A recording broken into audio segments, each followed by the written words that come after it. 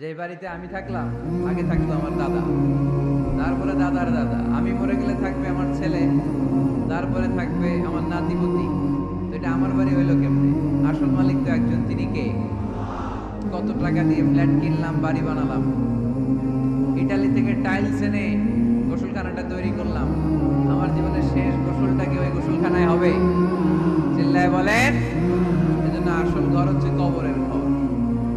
কিন্তু আমরা এই মরিচিকার পেছনে ছুটে বেড়াই।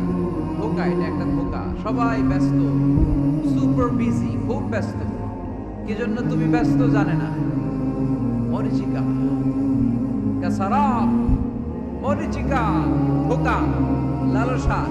বাল তুসিরুনাল হায়াতাদ দুনিয়া ওয়াল আখিরাতু খায়রু ওয়া আবকা। তোমরা দুনিয়ার জীবনকে প্রাধান্য দাও, কিন্তু আখিরাত হচ্ছে শ্রেষ্ঠ এবং স্থায়ী। কথাটা কার? এজন্য প্রতিযোগিতা যদি করতে হয়, আখিরাত কামনার প্রতিযোগিতা করবো, ঠিক কি না? কিন্তু আমরা করি ক্ষমতা অর্জনের প্রতিযোগিতা, ক্ষমতার দাপট দেখানোর প্রতিযোগিতা, ক্ষমতার লড়াইয়ে টিকে থাকার প্রতিযোগিতা। সব আমার আমার, এই আমার আমার কথাটা খুব খারাপ। এখন থেকে আমার না বলে আমাদের বলবে। কি বলবেন? আমাদের। তাহলে অহংকার একটু কমবে। মানুষের অহংকার থাকা উচিত না। হাল আতা আলাল ইনসানি হিনুম মিনাদ দাহর লাম ইয়াকুন শাইআম মাযকুরা। মানুষ কি তার সৃষ্টির দিকে একটু নজর করে তাকায় না? সে কি ছিল? সৃষ্টির শুরুতে সে উল্লেখ করার মতো কিছুই ছিল না। এই যে আমরা যখন ছোট্ট ছিলাম, বয়স যখন আমার 3-2, তখন আমি কি কি করছিলাম মনে আছে? স্মৃতির পাতা হাতড়াতে হাতড়াতে পেছনে যেতে যেতে কত বছর বয়স পর্যন্ত আপনি ঘটনা বা স্মৃতি মনে রাখতে পেরেছেন বলেন? আমি মিজানুর রহমান আজহারি সর্বোচ্চ 3 বছরের, আমার বয়স যখন 3 ততটুকু খেয়াল আছে। এরপরে আমি আর খেয়াল নাই কি হয়েছিল আমার 2 বছর বয়সে। আমার বয়স যখন 6 মাস, I don't know anything about, কিচ্ছু জানি না। মায়ের পেটের ভেতরে 9 মাস নাকি ছিলাম শুনছি, কিন্তু কি হয়েছে আমি জানি না। আপনি যদি আপনার স্মৃতির পাতা হাতড়াতে হাতড়াতে পেছনে যান, কতটুকু মনে আছে আপনার? কত বছর বয়সে? হ্যাঁ, কয় বছর? 4 বা 5। এর আগের কথা আমরা জানি না, কিন্তু মায়ের পেটের ভেতরে আমার লালন পালন করলো কে? কত ক্ষুদ্র আমি, কত তুচ্ছ আমি, কত নগণ্য আমি। এক ফোঁটা নাপাক পানি থেকে আল্লাহ আমার তৈরি। Sperm drop, blood clot, little flesh, কিচ্ছু ছিলাম না। চোখের মতো, ব্যাঙের বাচ্চার মতো ছোট্ট মায়ের জরায়ুর দেয়ালে লেপটেছে। সেখান থেকে আস্তে আস্তে আমার বড় করলো কে? আমার ভেতরে রুহের ফুৎকার দিল কে? 2টা জিনিস আল্লাহ সেট করে দিল। রুহের ফুৎকার দিল, আর 2 কাঁধে 2 ফেরেশতা দিল, ঠিক কিনা? আবার যখন চলে যাব, রুহও উড়াল দিবে, ফেরেশতারাও চলে যাবে। 2 কাঁধে ছিল যে তোমারে 2 জনা পাহারা, তোমারে একলা থইয়া পলাইছে তাহারা। তোমার আর কুঠুরি নয় দরজা বন্ধ, এবার হলো রে হলো মুখে আল্লাহ রসুল সঙ্গ। দুয়ারে আইসাছে পালকি, নায়রি গাও তোলো রে তোলো মুখে আল্লাহ রসুল সঙ্গ। ঠিক কিনা? সময় যখন শেষ, উড়াল দিবে 2 কাঁধের ফেরেশতা আপনারা রেখে চলে যাবে। তাহলে গর্ব করার মতো, অহংকার করার মতো এই দুনিয়ায় আমার কিছু আছে? ওয়াখুলিকাল ইনসানু দাঈফা। কেন এই মেসেজগুলো আমরা মনে রাখি না? আমরা তো দুর্বল। আমরা কি সবাই বলে পিছনের ওনারা অনেক সবল, এজন্য দুর্বল বলতে লজ্জা পাচ্ছে। আমরা কি শুধু কি দুর্বল? দুর্বলের ঘরের দুর্বল। আমি দুর্বল, আমার বাবা দুর্বল, আমার দাদা দুর্বল, আমার 14 গোষ্ঠী দুর্বল। এজন্য আমরা দুর্বলের ঘরে। এই মাহফিলের পেছন থেকে কেউ যদি বলে হুজুর সাপ, কি বলছে?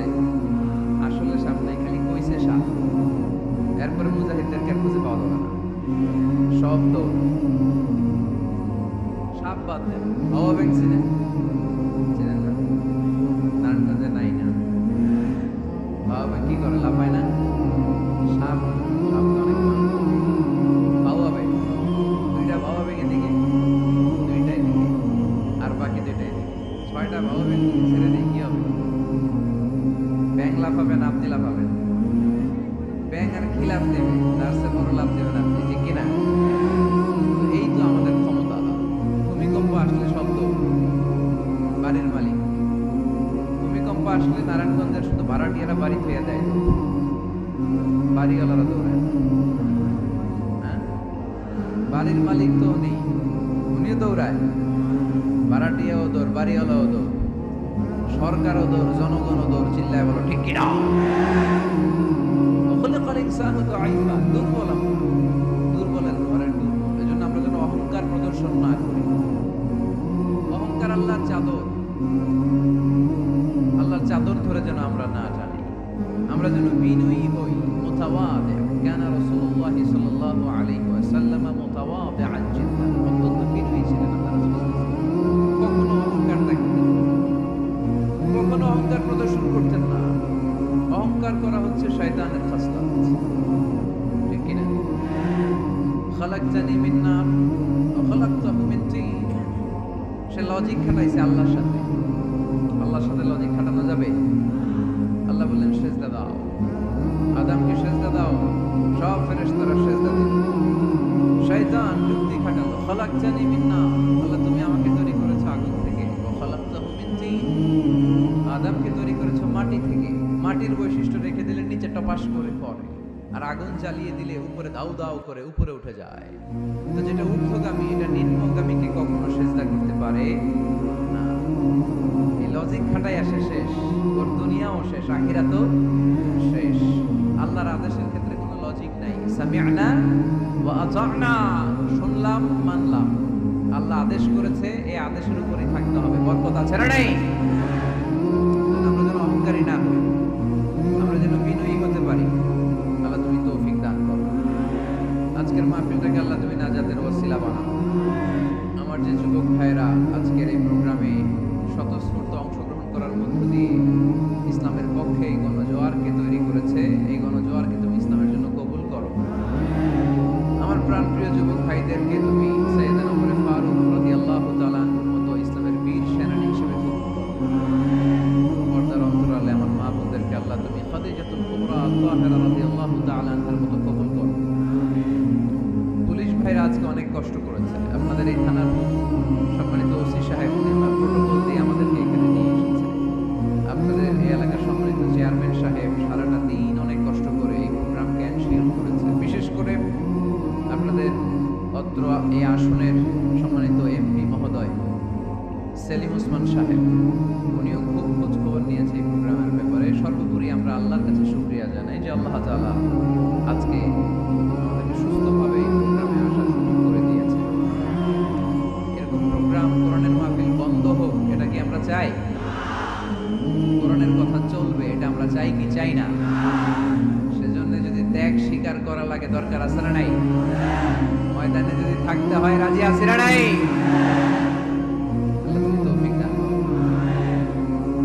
মুসাপুর পশ্চিম পাড়া জামে মসজিদ, মুসাপুর কি গ্রামের নাম? যুব সংগঠন ও এলাকাবাসীর যৌথ উদ্যোগ। মাশাআল্লাহ, যুবক এলাকাবাসী ভাই ভাই, অন্যদের কোনো খাওয়া নাই, ঠিক কিনা? এরকম আন্তরিক সংঘ গড়ে তুলতে হবে এলাকায়। যুবকরা হচ্ছে আগামীর বাংলাদেশ, তোমাকেই খুঁজছে বাংলাদেশ। তোমার দেহে এখন অনেক শক্তি, উচ্ছ্বাস, এটাকে ইসলামের পক্ষে কাজে লাগাতে হবে। এটা আজে বাজে কাজে, মাদকের পেছনে দৌড়াদৌড়ি করে, অপরাজনীতির পেছনে দৌড়াদৌড়ি করে, মারামারি এগুলোর পেছনে দৌড়াদৌড়ি করে, সন্ত্রাস, জঙ্গিবাদ, টেন্ডারবাজি, চাঁদাবাজি এগুলোর পেছনে দৌড়াদৌড়ি করে সময় নষ্ট করা যাবে? এদিকে কি দেখা যায় না?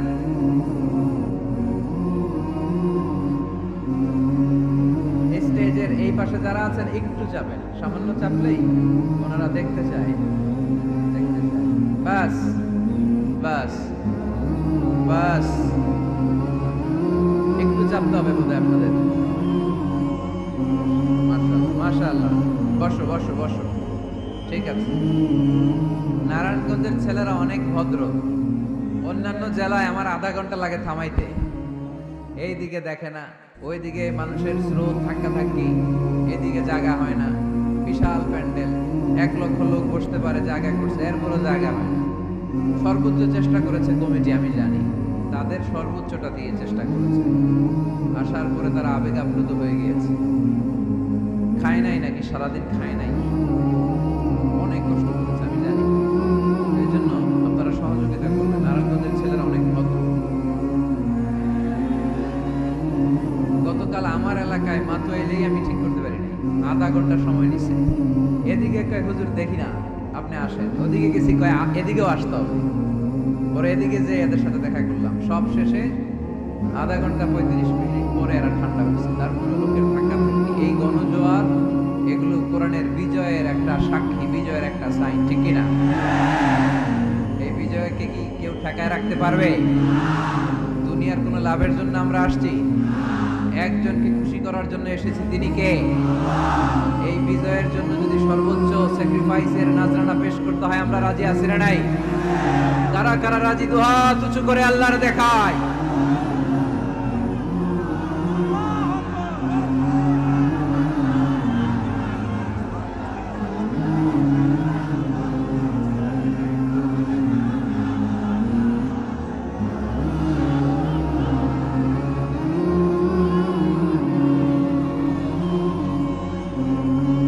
আল্লাহ তুমি কবুল করো। এই যে যুবক ছেলেগুলো খেলার মাঠে যায় না, এখন আড্ডাবাজিতে যায় না, টেন্ডারবাজিতে যায় না, চাঁদাবাজিতে যায় না, উল্টাপাল্টা কোনো কাজে যায় না। এরা যাত্রা পালায় এখন আর যায় না, এরা গানের কনসার্টে যায় না, এরা কোরআনের প্রেমে পাগল হয়ে এসেছে, ঠিক কিনা? কোনো বিরিয়ানির প্যাকেট আছে নাকি আজকে? তাইলে এই গণজোয়ার এটা কোরআনের পক্ষে না বিপক্ষে? আমরা কোরআনের পক্ষে থাকতে চাই কি চাই না? আল্লাহ তুমি আমাদেরকে কবুল করো। কোরআনের প্রতি ভালোবাসাকে ইসলামের বিজয়ের জন্য তুমি কবুল করে নাও। এজন্য যুবক যারা আছো, তোমরা আগামীর বাংলাদেশ, তুমি বাংলাদেশ, তুমি বাংলাদেশ।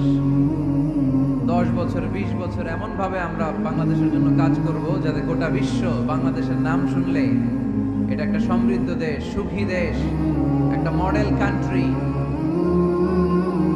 এই হিসেবে যেন বাংলাদেশকে এক্সাম্পল দিতে পারে, ঠিক কিনা? সেজন্য তোমাদেরকে কাজ করতে হবে খুব বেশি। অলসতা করা যাবে? কাজে কোনো লজ্জা নেই, লজ্জা হচ্ছে অলসতায়। Never underestimate any job. কোনো চাকরি, কোনো ব্যবসাকে ছোট চোখে দেখবা না, whether it small or big. ছোট চাকরি হোক, ছোট ব্যবসা হোক, আমরা করব। আমরা স্বাবলম্বী হতে চাই, নিজের পায়ে দাঁড়াতে চাই, আমরা আত্মমর্যাদা সম্পন্ন মুসলিম হতে চাই, ঠিক কিনা? এখানে লোকজন অনেক বেশি হয়ে গেছে, দাঁড়ানোর জায়গা নাই। প্রতি রাতের ঘটনা। প্রিয় ভাইরা, কি হয়েছে? কি হয়েছে? প্রজেক্টর আছে, প্রজেক্টর আছে। এই সাউন্ড বক্স এখন নামাইতে গেলে অনেক সময় লাগবে। একটু দেখো, একটু দেখো। ক্যামেরাওয়ালা ভাইদের প্রতি একটু এহসান করো। এখানে যদি 1 লক্ষ লোক হয়, কালকে 20 লক্ষ লোক এই কথাগুলো শুনবে। এই নারায়ণগঞ্জের যুবক ভাইদের উসিলায় কোটি মানুষ কোরআনের পথে আসুক, আমরা চাই কি চাই না? আমরা কোরআনের জন্য সব করতে পারি, সব মিলিয়ে দিতে পারি।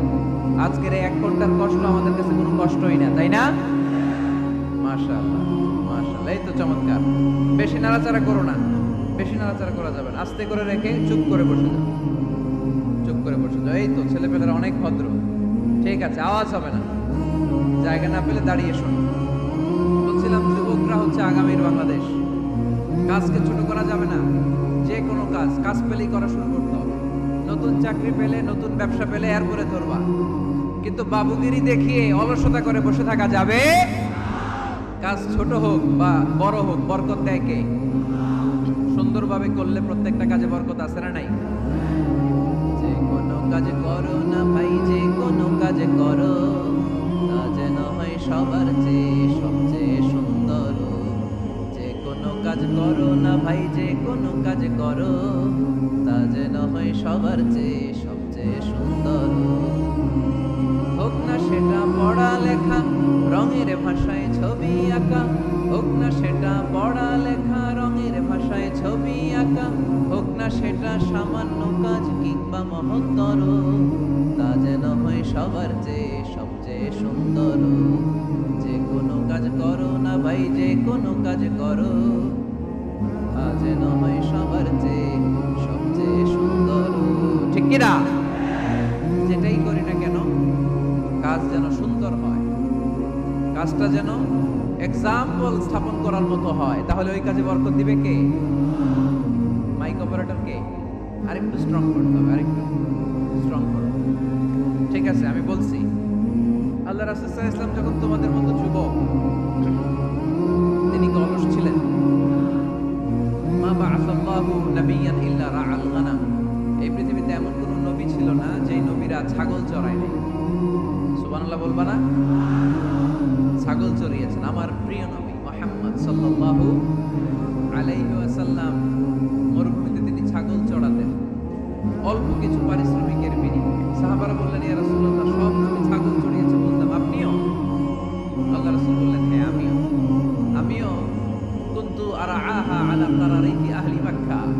মক্কাবাসীদের দেয়া অল্প কিছু পারিশ্রমিকের বিনিময়ে মক্কা শহরে আমি নিজেও ছাগল চড়িয়েছি। কাজকে ডিফারেন্সিয়েট করে নাই, ছোট বড় না, কাজ যেটা পাও করতে হবে।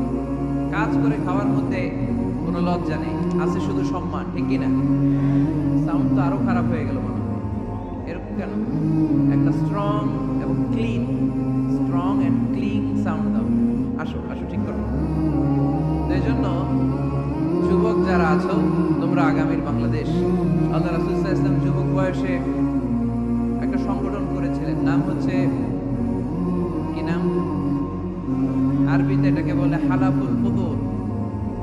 হালাফ মানে শপথ, ফুদুল মানে ভালো কাজ, ভালো কাজের শপথ। আমরা কি পারি না অলিতে গলিতে এরকম হিলফুল ফুজুলের মতো ইসলামিক ক্লাব গড়ে তোলা? পারবো না আমরা? এগুলোর উদ্যোগে আজকে যেরকম যুব সংগঠন ও এলাকাবাসীর যৌথ উদ্যোগে প্রোগ্রাম, এরকম সুন্দর সুন্দর প্রোগ্রাম করতে হবে। শুধু আউটডোর না, এখন থেকে ইনডোর প্রোগ্রাম করার দরকার আছে না নাই? আমাদের দেশে কমিউনিটি সেন্টারে শুধু বিয়ে আর সুন্নাত দেখানো না, গোটা বিশ্বে কমিউনিটি সেন্টারগুলোতে কমিউনিটি বড় বড় প্রোগ্রাম করার জন্য তারা অ্যারেঞ্জ করে। কমিউনিটি সেন্টারগুলোতে সেখানে ইনডোর প্রোগ্রাম করতে হবে প্রতি মাসে।